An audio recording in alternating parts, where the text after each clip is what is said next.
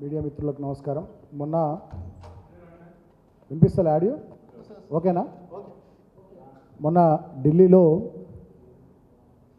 ఢిల్లీ హైకోర్టులో ఎమ్మెల్సీ కవిత గారి బెయిల్ పిటిషన్పై వాదనల సందర్భంగా ఈడీ ఎన్ఫోర్స్మెంట్ డైరెక్టరేటు వాళ్ళు కేసీఆర్ గారి పేరును ప్రస్తావించినని చెప్పి కొన్ని ఛానల్స్ ఇష్టం వచ్చినట్టుగా న్యూస్ను ప్రసారం చేయడం జరిగింది.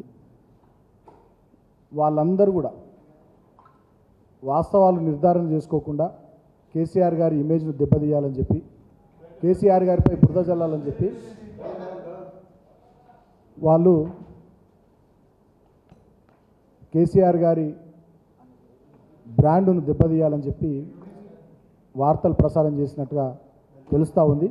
అటువంటి ఒక 16 న్యూస్ ఛానల్స్పై ఇవాళ బంజారాహిల్స్ పోలీస్ స్టేషన్ పరిధిలో, అదేవిధంగా ఫిలింనగర్ పోలీస్ స్టేషన్ పరిధిలో, జూబ్లీహిల్స్ పోలీస్ స్టేషన్ పరిధిలో, తర్వాత పంజాగుట్ట పోలీస్ స్టేషన్ పరిధిలో కంప్లైంట్ ఇవ్వడం జరిగింది.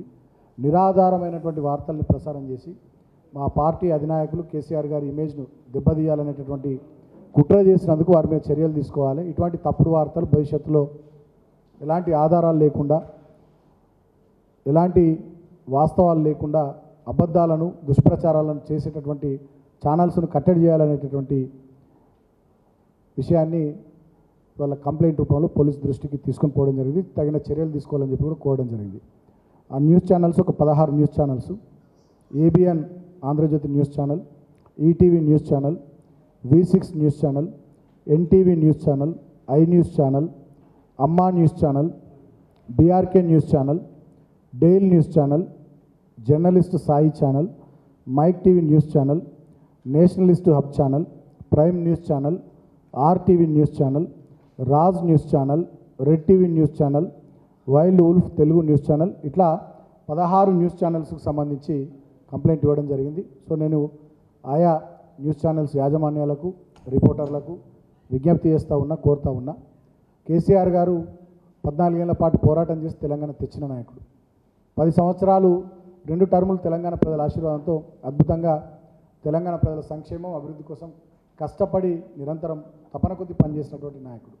ఒక 50 సంవత్సరాల పాటు, సుమారు 5 దశాబ్దాలకు పైగా భారత రాజకీయాల్లో, అదేవిధంగా ఉమ్మడి ఆంధ్రప్రదేశ్ రాష్ట్ర రాజకీయాల్లో, తెలంగాణ రాష్ట్ర రాజకీయాల్లో తనదైన పాత్ర పోషించినటువంటి వ్యక్తి. కాబట్టి అటువంటి కేసీఆర్ గారి ఇమేజ్ను, కేసీఆర్ గారి వారి ఔన్నత్యాన్ని, వారి విశిష్టతను తక్కువ చేసే విధంగా ఇష్టం వచ్చినట్టుగా నిరాధారమైనటువంటి వార్తల్ని ప్రసారం చేయొద్దని ఈ సందర్భంగా నేను ఆయా న్యూస్ ఛానల్స్ని కోరుతా ఉన్నా. ఇవాళ ప్రజాస్వామ్యంలో 4th ఎస్టేట్ అంటారు మీడియాను.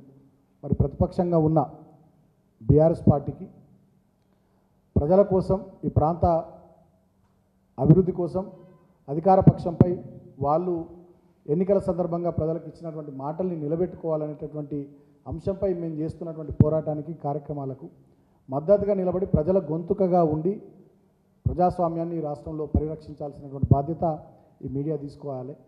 అబద్ధాలను ప్రసారం చేయడం, అవాస్తవాలను ప్రసారం చేయడం, కేసీఆర్ గారి మీద కోపం కొద్ది కొంతమంది ఏదో చేస్తే దాన్ని ప్రచారం చేయడం, ఈ రకమైనటువంటిది ఇది మంచిది కాదు. ఈ పద్ధతి మానుకోవాలని చెప్పి కూడా నేను హితవలుకుతా ఉన్నా.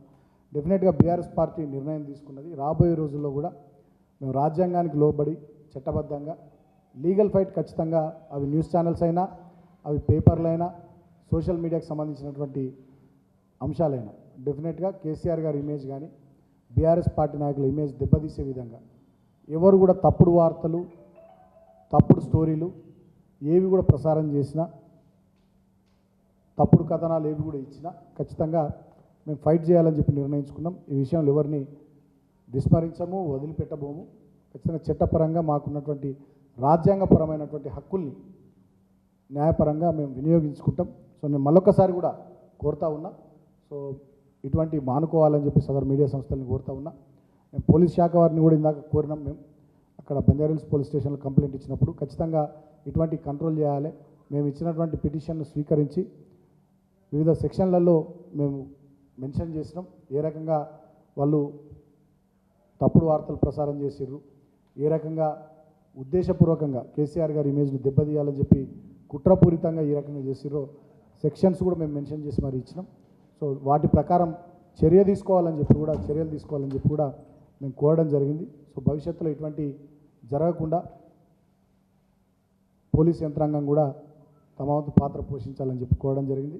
సో అంతిమంగా డెఫినెట్గా బీఆర్ఎస్ పార్టీ ఒక ప్రధాన ప్రతిపక్షంగా ఈ రాష్ట్రంలో ప్రభుత్వం ప్రజలకు ఇచ్చినటువంటి హామీలను నిలబెట్టుకోవడానికి ప్రభుత్వంపై పోరాటం చేస్తూనే తెలంగాణను తెచ్చిన పార్టీగా, తెచ్చిన తెలంగాణను 10 ఏళ్ళు బ్రహ్మాండంగా అభివృద్ధి దిశగా దేశానికే తలమానికంగా తీర్చిదిద్దినటువంటి పార్టీగా తెలంగాణ అస్తిత్వం కోసం, తెలంగాణ సంస్కృతి పరిరక్షణ కోసం, తెలంగాణ ప్రాంత ప్రయోజనాలు, తెలంగాణ ప్రజల హక్కుల కోసం నిరంతరం కేసీఆర్ గారి నాయకత్వంలో ఈ పార్టీ ఎవరెన్ని కుట్రలు చేసినా, ఎవరెన్ని తప్పుడు కథనాలు సృష్టించినా, ఎవరెన్ని వ్యక్తిత్వాలను దెబ్బతీసే, మా నాయకుల వ్యక్తిత్వాలను దెబ్బతీసే ప్రయత్నాలు చేసినా మా పోరాటాన్ని ఖచ్చితంగా కొనసాగిస్తాం. నేను మీడియాను కూడా కోరుతా ఉన్నా, ప్రజాస్వామ్యంలో మీరు 4th ఎస్టేట్, డెఫినెట్గా మీరు కూడా సహకరించండి. అందరం కూడా కలిసి రాష్ట్ర ప్రజలకు ప్రయోజనం కలిగే విధంగా, రాష్ట్రం మంచిగా ముందుకు సాగే విధంగా ప్రతిపక్షంగా, అదేవిధంగా మీడియా ప్రజాస్వామ్యంలో 4th ఎస్టేట్గా కలిసి పనిచేద్దామని చెప్పి కూడా నేను కోరుతా ఉన్నాను. Thank you.